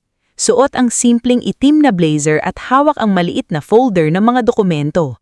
Naroon din si Lieutenant Casimiro Valtor, tahimik ngunit alerto, kasama ang 2 pulis na nakasuot sibilyan. Si Jovencio Arcalas ay nakasuot yang lumang polo at cap, kunwari ay isang lalaking mahilig tumambay sa inuman. Si Mang Beltrad naman ay nasa gilid, hawak ang susi ng lumang van na gagamitin nilang backup. "Uulitin ko," sabi ni Lieutenant Casimiro habang nakaharap kay Kalista. "Hindi ka makikipagtalo ng sobra. Ang kailangan natin, malinaw nilang tatanggapin ang pera at aamin kahit bahagi ng panluloko. Kapag may banta, mas mabigat, pero huwag mong hamunin." Tumanggo si Kalista. "Kapag hinawakan ka nila o pinigilan kang lumabas, papasok kami. Pero hanggat kaya, hayaan mong sila ang magsalita." Si Attorney Sabina naman ay lumapit sa Kalista at inayos ng bahagya ang kwelyo ng blouse nito. "Tandaan mo, hindi mo kailangang patunayan sa kanila na matapang ka. Ang kailangan mo lang gawin ay ilabas ang totoo." "Paano kung umiyak si Zulika?" tanong ni Kalista. Hindi dahil naaiwasa siya, kundi dahil kilala niya ang estilo ng biyanan. "Hayaan mong umiyak," sagot ni Attorney Sabina. "Ang luha ay hindi ebidensya ng inosente. Minsan, paraan lang iyon para takasan ang pananagutan." Tumimo iyon kay Kalista. Ilang taon niyang pinanood si Zuleika na umiiyak kapag hindi nasusunod. Ilang taon niyang nakita si Rodelio na lumalambot sa bawat hikbi ng ina. Pero ngayon, hindi na luha ang pagbabasihan. Katotohanan na. Ang tagpuan ay sa lumang resto bar sa dulo ng bayan ng San Virelo, malapit sa lumang terminal at abandonadong bodega. Kilala ang lugar na iyon sa maingay na karaoke sa labas, pero sa likod may mga kwartong ginagamit sa ilegal na sugal. Hindi iyon lugar na pupuntahan ni Kalista sa normal na daan. May amoy ng alak, sigarilyo at lumang mantika ang paligid. Sa dingding may kumukupas na poster ng beer at lumang ilaw na kumikislap-kislap. Pumasok si Kalista ng mag-isa, gaya ng napag-usapan. Nasa di kalayuan si Jovencio nakaupo sa isang mesa, may hawak na bote ng soft drinks na kunwari ay alak. Nasa labas naman si Rodelio, nakaupo sa motorsiklo, suot ang maliit na earpiece na konektado sa audio. Nanginginig ang mga daliri niya habang hawak ang manibela. Sa loob ng resto bar, nakita agad ni Kalista si Trixia Malvar. Nakapulang lipstick at may peking ngiti. Katabi niya si Osmo Calleja. Nakasandal sa upuan, may makapal na bigote at matang mapanuri. Sa dulo ng mesa, nakaupo si Basteo Rigor, Lalaking malaki ang katawan, singsing sa bawat daliri at mukhang sanay manindak. Wala pa si Zuleika. Ma'am Kalista, Bati ni Trixia, kunwari magalang. Buti dumating kayo, akala ko magbabago na naman isip ninyo. Umupo si Kalista sa harap nila. Nasaan si Nanay Zuleika? Papunta na, sagot ni Osmo. Masyado ka nagmamadali. Dala mo ba? Hinawakan ni Kalista ang bag sa kandungan. Dala ko, pero gusto ko muna siyang makita. Sabi niya nasa ibang bansa siya. Bakit dito tayo nagkikita? Saglit na natahimik si Trixia. Mabilis namang tumawa si Osmo. Maraming proseso, misis. Hindi mo na kailangang maintindihan lahat. Kailangan kong maintindihan, sagot ni Kalista. Bahay namin ang nawala rito. Sa labas, napakuyom ng kamao ni Rodelio nang marinig iyon. Nasa tabi niya si Lieutenant Casimiro, maingat na nakikinig. Ilang minuto pa, dumating si Zuleika. At sa unang tingin pa lang, parang may malamig na tubig na ibinuhos sa puso ni Kalista. Hindi mukhang babae si Zuleika na galing sa immigration problem. Hindi siya mukhang naghihirap. Nakasuot siya ng bagong blouse na kulay lila, may hikaw na kumikislap at may pulbos ang muka. Ang bag niya ay bago rin, isang bagay na hindi mabibili ng taong sinasabing walang pera at nakakulong sa ibang bansa. Kalista, bungad ni Zuleika, hindi man lang nagkunwaring nagulat. Buti naman at natauhan ka. Tumingin si Kalista sa kanya ng matagal. Nay, sabi ninyo nasa ibang bansa kayo. Umirap si Zuleika. Kung sinabi kong nandito ako, magbibigay ba kayo? Tumahimik ang mesa. Kahit si Trixia ay napatingin kay Zuleika, halatang hindi inaasahang agad itong magsasalita ng ganoon. Sa labas, parang pinunit ang dibdib ni Rodelio. Narinig niya iyon ng malinaw. Hindi na kwento ni Jovencio, hindi na hinala ni Kalista. Sariling bibig ng ina niya ang sinabi. Nanay! Bulon niya, pero walang narinig maliban kay Lieutenant Casimiro. Sa loob, pinilit ni Kalista na manatiling kalmado. So, hindi kayo nakaalis? Hindi natuloy, sagot ni Zuleika. Parang simpleng aberya lang yun. Pero sinabi ninyong nakalipad na kayo. Dahil ayokong magtanong ka ng magtanong, siningal ni Zuleika. Nakakasakal ka, Kalista. Hindi ka marunong magtiwala. Ang tiwala ba po, Nay, ay hinihingi habang nagsisinungaling? Tumalim ang mukha ni Zuleika. Huwag mo akong pangaralan. Kung hindi dahil sa anak ko, wala kang bahay na ibebenta. Wala kang perang maipapahiram. Lahat ng iyon dahil kay Rodelio. Doon naramdaman ni Kalista ang dati niyang sakit, pero hindi na iyon sapat para patahimikin siya. Dati, kapag nilayat siya ni Zuleika, bumababa ang tingin niya. Ngayon, tinitigan niya ito ng diretsyo. Pinaghirapan ko rin po iyon, hindi lang si Rodelio. Ako rin, pati anak namin, nawalan ng tahanan. Tumawa ng maikli si Zuleika. Dramatic ka talaga. Bahay lang yun, makakabili kayo ulit. Sa labas, napapikit si Rodelio. Bahay lang yun. Para sa ina niya, bahay nang. Para kay Mirel, yun ang unang mundong naramdaman niyang ligtas. Para kay Kalista, yun ang bunga ng 8 taon ng pagtitiis. Para kay Rodelio, yun ang pangakong nabigo niyang protektahan. Sumingit si Basteo halatang naiinipin. Tama na ang drama. Dala mo ba ang pera o hindi? Tinignan ni Kalista siya. Para saan ba talaga ang pera? Sabi ni nanay pang-immigration. Pang-ayos, sagot ni Trixia. May mga tao lang kailangang bayaran. Anong pangalan ng opisina? Ma'am, hindi na kailangan. Kailangan, putol ni Kalista. Dahil kapag ibibigay ko ito, gusto kong alam ko kung saan pupunta. Tumawa si Osmo, mababa at nakakainsulto. Alam mo Kalista, kaya ka nahihirapan kasi ang dami mong tanong. Kung katulad ka lang sana ng asawa mong si Rodelio, madali ka usak. Sabihan lang ng ina niya, sunod agad. Parang kutsilyong tumama sa puso ni Rodelio ang narinig. Si Lieutenant Casimiro ay sumulyat sa kanya, tila nagpapaalalang huwag gagalaw. Nagpatuloy si Osmo, hindi alam na bawat salita niya ay naitatala. Mabait ang asawa mo, o sabihin nating utok-utok. Alam ni Zuleika kung paano palambutin. Iiyak lang, tapos ayan na, hanap agad ng pera. Osmo, saway ni Trixia, pero huli na. Napangating mapiit ng sabit si Kalista. So, alam ninyo kung paano siya paikutin. Hindi nakasagot si Osmo agad. Si Zuleika naman ay tila hindi na kayang pigilan ng sarili. Anak ko siya, sabi ni Zuleika. Obligasyon niyang tulungan ako. Kahit ibenta pa niya lahat, responsibilidad niya iyon. Ako ang lumuwal sa kanya. At kami punay, ang asawa niya, ang anak niya. Dapat sumunod kayo, malamig na sagot ni Zuleika. Kung maayos kang asawa, hindi mo siya inalayo sa ina niya. Sa sandaling iyon, gusto nang pumasok ni Rodelio, ngulit pinigil siya ni Lieutenant Casimiro. Hindi pa, bulong ng pulis, kailangan pa nilang tanggapin. Sa hindi na inaasahang pagkakataon, bumukas ang pinto ng resto bar.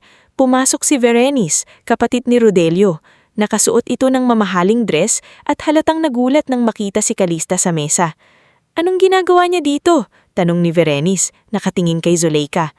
Relax, sabi ni Osmo. Dala niya ang pera. Alam mo rin, Berenice? Napaatras ng kaunti si Berenice. Wala akong alam. Ngunit biglang nagsalita si Zuleika. Inis na inis. Huwag kang magmalinis, nakuha mo na ang parte mo. Ikaw pa nga nagdala kay Lazaro para mabilis mabenta ang bahay. Napatakip ng bibig si Berenice. Sa labas, halos mapukol ang paghinga ni Rodelio.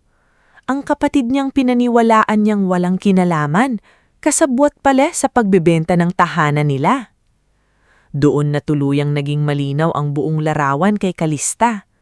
Hindi aksidente, hindi simpleng kahinaan ni Zuleika. Pinagplanuhan nila lahat.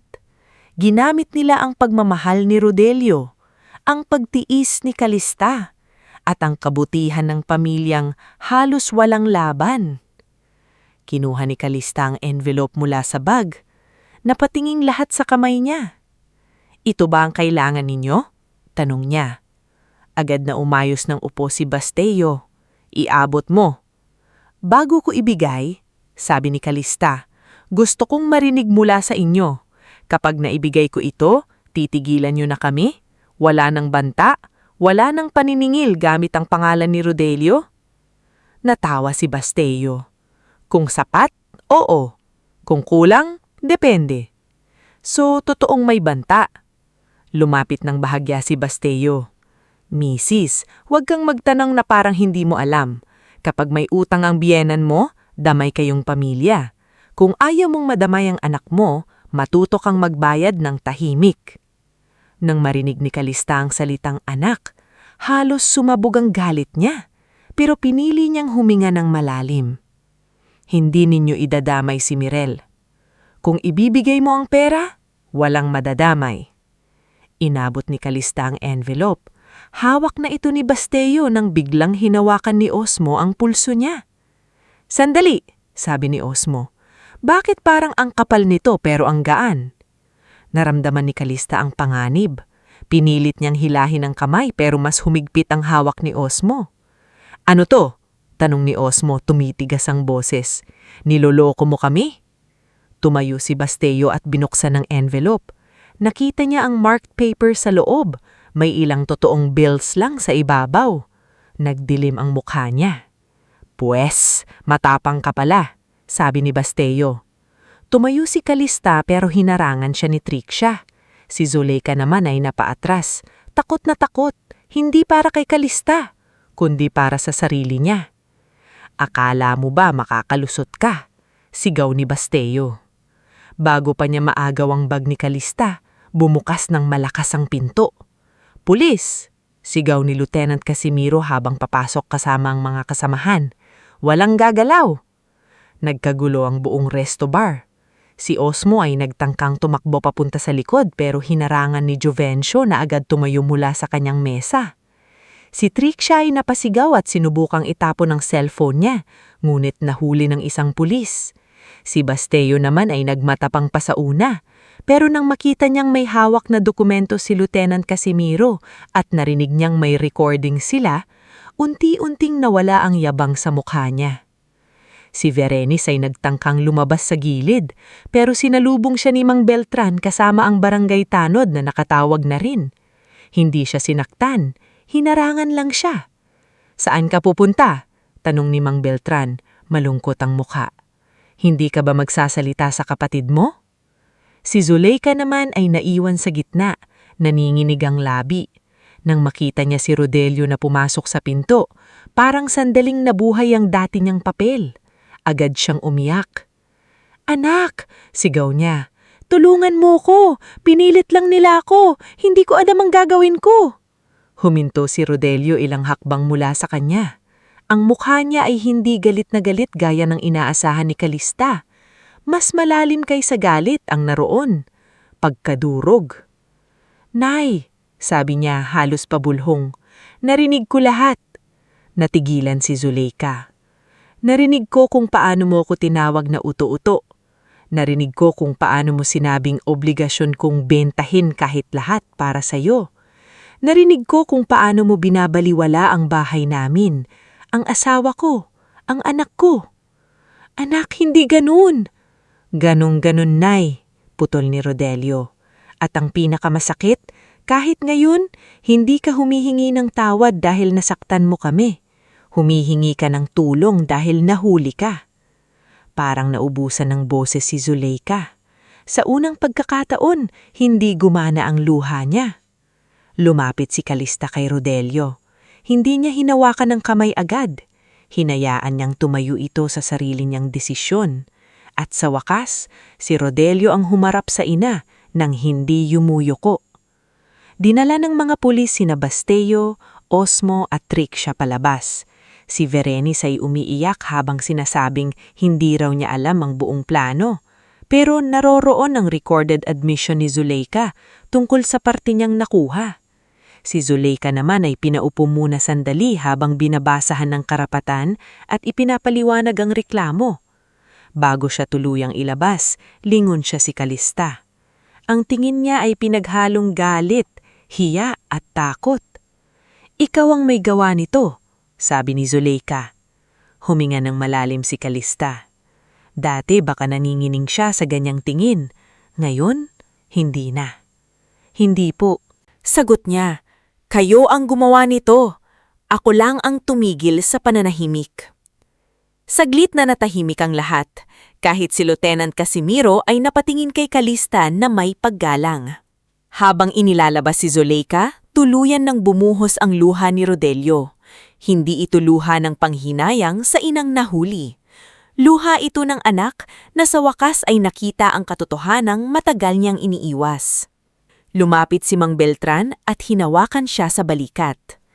"Masakit," sabi ng matanda, pero minsan ang sakit ang unang hakbang para matuto kang protektahan ang tama. Hindi sumagot si Rodelio. Tumingin siya kay Kalista. "Hindi ko alam kung paano babawi," sabi niya. "Hindi ngayon," sagot ni Kalista.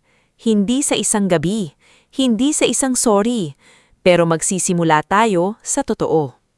Tumanggo si Rodelio. Pagyabas nila ng resto bar, malamig ang hangin sa labas. Hindi pa bumabalik ang bahay nila. Hindi pa nababayaran ng utang. Hindi pa nabubura ang sakit ni Mirel o ang gabing umiiyak sila sa inuupahang kwarto. Pero may isang bagay nang naibalik sa kanila, ang katotohanan. Sa di kalayuan, tumunog ang cellphone ni Kalista. Mensahe iyon mula kay Aling Pining. "Ayos lang si Mirel, nakatulog na. Hawak pa rin ang panso ng santan." Napangiti ng mapait si Kalista habang binabasa iyon. Si Rodelio naman ay napatingin sa kanya. "Ano yon?" sagot niya. "Si Mirel, ayos lang daw siya." Saglit silang natahimik. Pagkatapos, sa unang pagkakataon mula nang mawala ang bahay nila, parehong nakahinga ng mas maluwag ang mag-asawa. Hindi dahil tapos na ang laban, kung hindi dahil hindi na sila lumalakad sa dilim. Nang gabing iyon, umuwi silang pagod, sugatan ng damdamin, at walang kasiguraduhan kung gaano katagal ang proseso ng kaso. Pero sa loob ng puso ni Kalista, may maliit na apoy na hindi na kayang patayin ng panlalait, pananakot o pekeng luha. Dahil natutunan niya sa pinakamahirap na paraan na ang tahanan ay maaaring mawala, ang ari-arian ay maaaring manakaw, at ang tiwala ay maaaring durugin. Ngunit ang dangnal ng taong marunong lumaban sa tama ay kayang bumalik, mas matibay, mas malinaw, at hindi na basta-basta maaagaw. Bago tayo magpatuloy sa huling bahagi ng ating istorya, i-comment mo naman kung taga saan ka at anong oras ka nanonood ngayon. Dahil sa parteng ito, makikita natin na hindi lahat ng nawala ay kayang ibalik ng pera. Pero may mga bagay na mas mahalaga pa sa bahay at ari-arian. Ang dangnal, katahimikan at pamilyang natutong tumayo matapos durugin ng taong akala nila ay kadugo at kakampi. Kinabukasan matapos ang gabi ng patibong sa lumang resto bar, hindi agad naging maliwanag ang mundo ni Calista at Rodelio. Hindi iyon katulad ng mga kwentong matapos mahuli ang kontrabida ay biglang nagiging maayos ang lahat.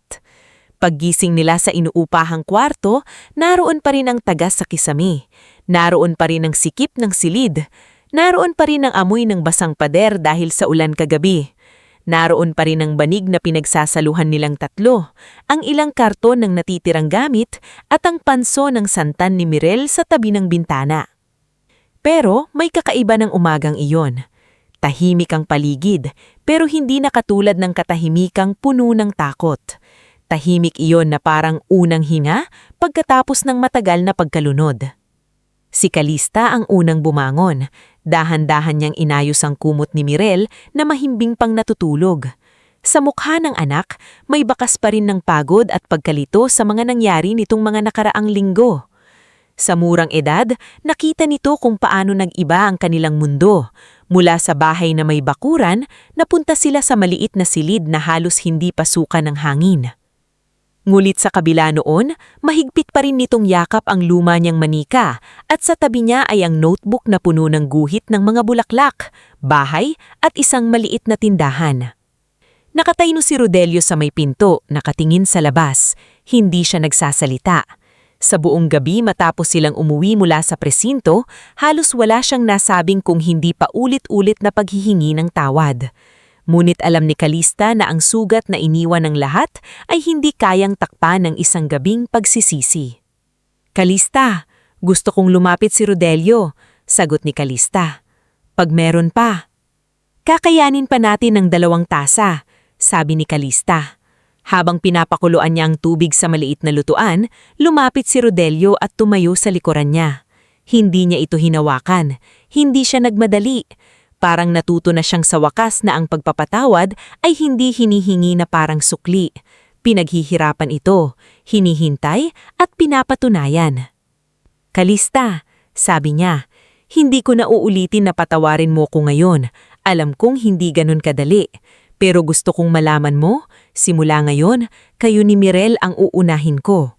Hindi dahil galit ako kay nanay, kung hindi dahil matagal ko nang dapat ginawa yon." Hindi agad sumagot si Calista. Ibinaling niya ang tingin sa kumukulong tubig. Ilang segundo ring taming mahinang tunog ng apoy ang narinig sa loob ng silid. "Hindi ko kailangan ng pangako na maganda pakinggan," sabi niya. "Kailangan ko ng araw-araw na patunay." Tumanggo si Rodelio. "Ibibigay ko. Hindi lang sa akin," dagdag niya. "Kay Mirel din." Napatingin si Rodelio sa anak nilang natutulog. Oo, lalo na sa kanya. Ilang araw ang lumipas bagong nagsimulang umuusad ang kaso. Sa tulong ni Attorney Sabina Yelarde, naisampa ang reklamo laban kina Zuleika, Osmo Caleja, Trixia Malvar at Basteo Rigor. Kasama sa ebidensya ang recordings, pekeng resibo, mensahe, testimonya ni Nerwin at ang mga dokumentong matityagang inipon ni Calista. Si Berenice naman dahil napatunayang tumanggap ng bahagi ng pera at tumulong sa mabilisang pagbenta ng bahay sa pamamagitan ni Lazaro Quintel, napilitang humarap sa pananagutan.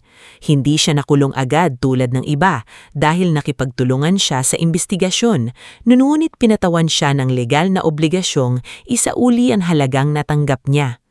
Hindi malaki ang naibalik, hindi sapat para mabawi ang bahay, hindi sapat para burahin ang kahihiyan o ang mga gabing walang tulog. Pero para kay Calista, mahalaga iyon, hindi dahil sa pera, kundi dahil unang beses may taong mula sa panig ni Zuleika ang napilitang umamin na mali ang ginawa nila. Isang hapon, dumating si Berenice sa karinderya ni Ka Iluminada kung saan nagtatrabaho si Calista. Wala na ang dating yabang sa mukha niya. Wala na ang mamahaling bag na ipinagyayabang niya noon. Simple ang suot niya at hindi siya makatingin ng diretsyo. "Kalista," sabi niya, halos pabulhong. "Pwede ba kitang makausap?" Nagpahid ng kamay si Kalista. Hindi siya numiti pero hindi rin siya tumalikod. "Ano yun?" May iniabot si Berenice na sobre.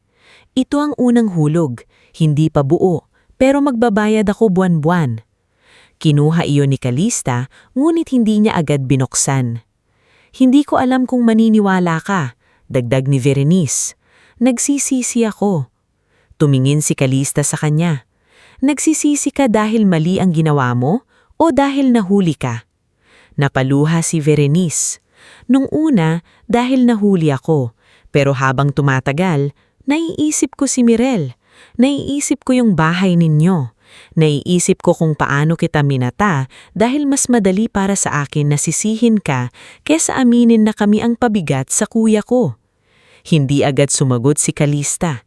May panahon na hiniling niyang marinig ang ganitong salita mula sa mga taong nanakit sa kanya. Pero nang naroon na, hindi pala ito nagdadala ng instant na ginhawa. Ang dala nito ay mabigat na katahimikan. "Hindi ko kailangang yakapin para mapatawad. At hindi rin ibig sabihin ng pagtanggap ko ng bayad mo ay babalik tayo sa dati. May hangganan na kami ngayon." Tumanggo si Berenice, umiiyak. "Naiintindihan ko." Dapat lang. Hindi malupit ang tono ni Kalista. Malinaw lang. At iyon ang pinakamalaking pagbabago sa kanya. Hindi na siya kailangang sumigaw para ipakitang hindi na siya kayang yurakan. Samantalang, si Nerwin naman ay nagsimulang magtrabaho sa talyer ni Mang Beltran. Nung una, mahihap siyang pagtiwalaan. Marami ang bumubulhong na baka tumakas lang ulit o bumalik sa dating gawain. Ngunit si Mang Beltran, kahit istrikto, ay marunong kumilala ng taong tunay na gustong bumawi. "Dito, hindi sapat ang sorry," sabi ng matanda kay Nerwin habang inaabot sa kanya ang lumang basahan. "Kung gusto mong magbago, magsisimula ka sa pinakamaduming trabaho." "Opo, Mang Beltran," sagot ni Nerwin nakayuko. "Hindi ka prinsesa dito. Hindi ka rin biktima lang. May nagawa kang mali, pero kung magtatrabaho kang tapat, may lugar ka." Mula noon, siya ang unang nagbubukas ng talyer at huling naglilinis. Natutunan niyang humawak ng wrench, maglinis ng makina, at tumanggap ng pagod na hindi kailangang takasan sa bisyo o kasinungalingan. Si Rodelio naman, kahit may galit pa rin sa kapatid, unti-unti natututong kausapin siya bilang taong kailangan ding magbago. Isang tanghali, habang magkasama silang nag-aayos ng tricycle, biglang nagsalita si Nerwin.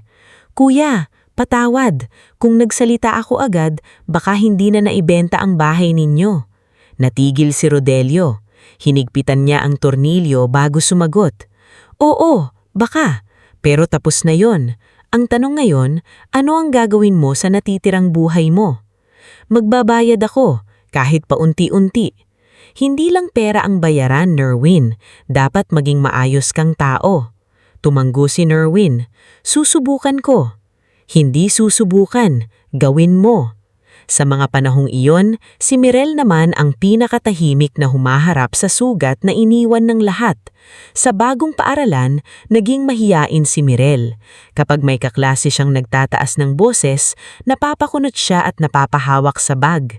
Kapag may matandang babaeng dumadaan sa harap ng inuupahan nilang compound, napapasilip siya sa bintana na parang natatakot na baka si Zuleika iyon. Isang hapon, nadatnan ni Kalista ang anak na nakaupo sa tabi ng punso ng santan.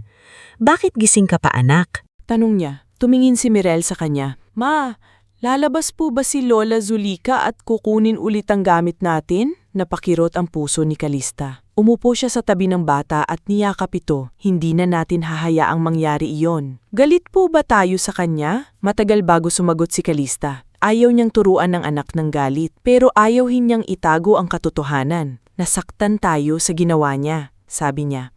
"At may pananagutan siya, pero hindi kailangang kainin ng galit ang puso natin. Ang importante, Natuto tayong hindi lahat ng kamag-anak ay dapat hayaang pumasok sa buhay natin kung paulit-ulit tayong sinasaktan. Pwede po bang hindi ko muna siya makita? Hinaplos ni Calista ang buhok ni Mirel. Pwede. Walang pipilit sa'yo. Doon humagulgol ng mahina ang bata at sa gabing iyon, niyakap siya ni Calista at Rodelio hanggang makatulog. Hindi nila kayang burahin agad ang pakot ni Mirel, pero kaya nilang iparamdam araw-araw na ligtas na siya. Dumaan ang mga buwan.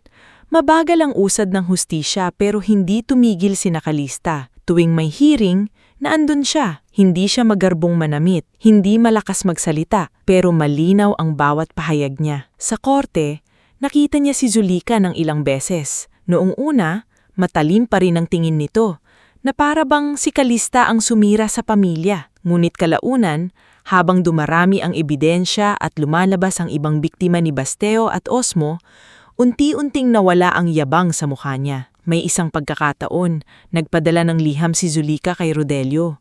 Hindi agad binuksan ng lalaki. Iniuwi niya muna iyon at ipinakita kay Calista. Babasahin ko ba? Tanong niya. Nasa sayo, sagot ni Calista. Ina mo siya. Pero tandaan mo, ang liham ay liham lang. Hindi ibig sabihin nun kailangan mo siyang pabalikin sa buhay natin. Binasa ni Rodelio ang liham sa maliit nilang mesa. Nakasaad doon ang paghihingi ng tawad ni Zulika. Sinabi niyang nadala siya ng bisyo, ng hiya, ng takot tumanda ng walang maipagmamalaki. Sinabi niyang mali ang ginawa niya. Sinabi niyang mahal niya si Rodelio. Nang natakos basahin, tahimik si Rodelio ng matagal. Pagkatapos, maingat niyang tiniplok ang papel. Anong gagawin mo? Tanong ni Calista. Magpapatawad ako, pero hindi ko na ibabalik ang dati. Hindi na siya pwedeng pumasok sa buhay natin habang hindi siya tunay na nagbabago. At kahit magbago siya, ikaw at si Mirel pa rin ang mauuna. Sa unang pagkakataon, kusang hinawakan ni Calista ang kamay ni Rodelio. Hindi iyon nangangahulugang buo na ang lahat, pero iyon ay simula. Habang umuusad ang kaso, umuusad din ang buhay. Sa tulong ni Ka-Iluminada, nagsimula si Calista ng maliit na food stall sa gilid ng palengke. Tinawag niya itong Lutong Laya. Noong una, isang mesa lang, 2 kaldero at 3 ulam, adobong sitaw, ginisang munggo, at minudo kapag may konting puhunan. Mulit dahil masarap siyang magluto at kilala siyang patas maningil. Unti-unting dumami ang bumibili. Bakit Lutong Laya ang pangalan? Tanong ni Ka-Iluminada isang umaga habang nag-aayos sila ng paninda. Ngumiti si Calista. Kasi ngayon lang ako nakakahinga ng hindi natatakot kung sino ang may masasabi. Tumawa si Ka-Iluminada. Kung ganun, dagdagan mo ng kanin. Maraming gutom si Laya. Si Rodelio naman, kasama si Mang Beltran, ay nagsimula ng mobile repair service. Dahil may lumang motorsikleta at kahon ng tools, pumupunta sila sa mga customer na nasisiraan sa kalsada o sa bahay. Sa sipag at tiyaga, bumalik ang tiwala ng dating suki. Si Jovencio, bago muling sumampa sa barko, ay nagbigay ng contact sa isang cooperative na tumutulong sa mga maliliit na negosyante. Sa tulong ni Attorney Sabina, natutunan ni Calista at Rodelio kung paano kumuha ng legal na maliit na puhunan nang hindi nababaon sa mapagsamantalang interes. Hindi naging madali. May mga araw na matalumang benta. May mga gabing masakit ang likod ni Calista sa maghapong pagtayo. May panahon na nasira ang motorsikleta ni Rodelio at muntik na silang hindi makapagbayad ng renta. Pero ngayon, hindi na sila nagsisinungaling sa isa't isa. Kapag may problema, pinag-uusapan. Kapag may takot, inaamin. Kapag may desisyon, silang mag-asawa ang magkasamang nagpapasya. Hindi na ang luha o sigaw ng ibang tao. Makalipas ang 2 taon, iba na ang itsura ng buhay nila. Ang dating maliit na food stall ni Calista ay naging maliit na karinderya na may 3 mesa, simpleng bubong at karatulang ipininta ni Mirel. Lutong Laya ni Calista. Sa tabi nito, may maliit na pwesto si Rodelio para sa basic repair service. Hindi man sila yumaman ng biglaan, nagkaroon sila ng matakag na kita. Si Mirel ay muling naging masayahin sa paaralan at tuwing hapon, tumutulong siyang magbilang ng sukli habang gumagawa ng assignment. Isang araw, Dumating ang balita na may maliit na lote sa dulo ng barangay na ibinibenta ng matandang mag-asawang lilipat sa probinsya. Hindi ito malaki. Hindi rin kasing ganda ng dati nilang bahay, pero malapit ito sa palengke. May maliit na espasyo para sa mga tanim at sapat para sa isang simpleng tahanan. Kalista, Sabi ni Rodelio nang puntahan nila ang lote, hindi ito tulad ng dati. Naglakad si Kalista sa lupaing may damo. Hawak ang kamay ni Mirel. Hindi naman natin kailangang ibalik ang dati. Sagot niya, kailangan lang nating gumawa ng bago. Pwede po ba tayong magtanim ng santan ulit? Tanong ni Mirel. Ngumiti si Kalista. Oo anak,